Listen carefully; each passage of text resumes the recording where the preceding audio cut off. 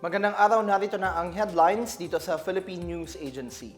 Pumapangalawa na ang Pilipinas sa mga bansang lumalago ang ekonomiya sa Asya.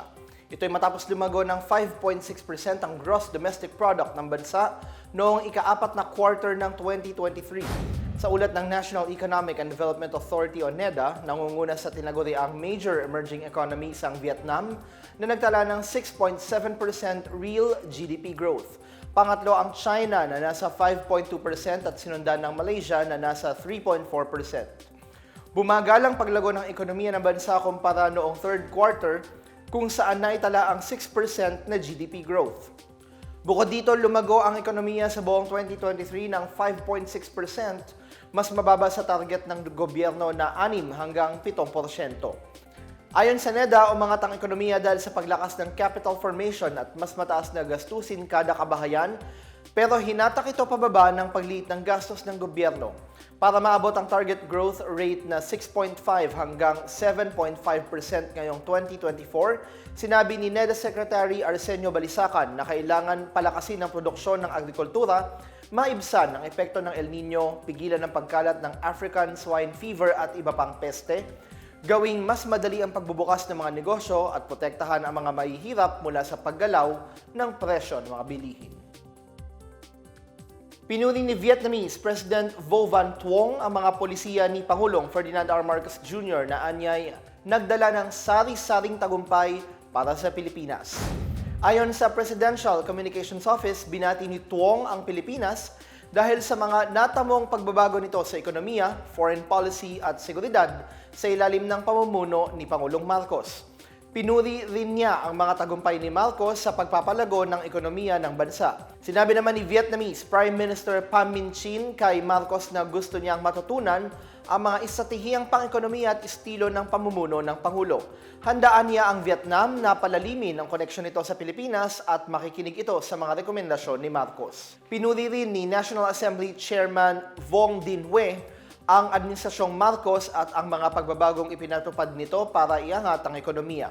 Nakabalik na sa bansa kaninang umaga si Pangulong Marcos mula sa kanyang state visit sa Vietnam na layuning palakasin ang strategic partnership nito sa Pilipinas. Hindi napapatawa ng VAT o value-added tax ang ilang gamot na para sa cancer, diabetes, hypertension, sakit sa bato, mental illnesses at tuberculosis. Ito ay batay sa inilabas na Memorandum Circular ni Bureau of Internal Revenue Commissioner Romeo Lumagi para i-exempt sa VAT ang nasa 21 klase ng gamot. Bunsod ito ng sulat ng Food and Drug Administration na laman ang bagong listahan ng mga bilihing exempted sa VAT sa ilalim ng Train Law at Create Act. Ayon kay Lumagi, tututukan ng BIR ang pagpapabuti sa kanilang serbisyo para sa mga nagbabayad ng buwis. Kabilang sa mandato nila ang paglalabas sa mga kautusan upang makatulong sa mga Pilipino sa gitna ng tumataas na presyo ng mga bilihin. Bahagi rin anya ng serbisyo publiko ng BIR ang pag-update sa mga exemption na makukuha nila sa ilalim ng batas. Humiling ng suporta ang Department of Social Welfare and Development o DSWD sa iba't ibang sangay ng pamahalaan para sa pagpapalawak ng kanilang Oplan Pag-abot program. Sa ginanap na kauna-unahang Interagency Committee meeting para sa Oplan Pag-abot, personal na hiniling ni DSWD Secretary Rex Gatchalian ang suporta ng iba't ibang ahensya para mapalawak pa ang kanilang ibinibigay na interventions para sa mga pamilya, bata at mga individual na nakatira sa lansangan. Anya, alinsunod dito sa layunin ng Executive Order 52 na pahusayin at pag-isahin ang paghahatid ng mga serbisyo at tulong sa mga mahihirap sa pamagitan ng social safety nets. Dagdag pa ni Gatchalian, partikular na kailangan ng ahensya ng suporta sa paghahatid ng post-reach-out care services na hindi saklaw ng ibinibigay ng kagawaran. Kabilang sa nasabing pagpupulong ang mga kinatawan mula sa Department of Education, Trade and Industry, Agriculture, Technical Education and Skills Development Authority o TESDA, Department of Labor and Employment, Department of the Interior and Local Government at Presidential Commission for the Urban Poor.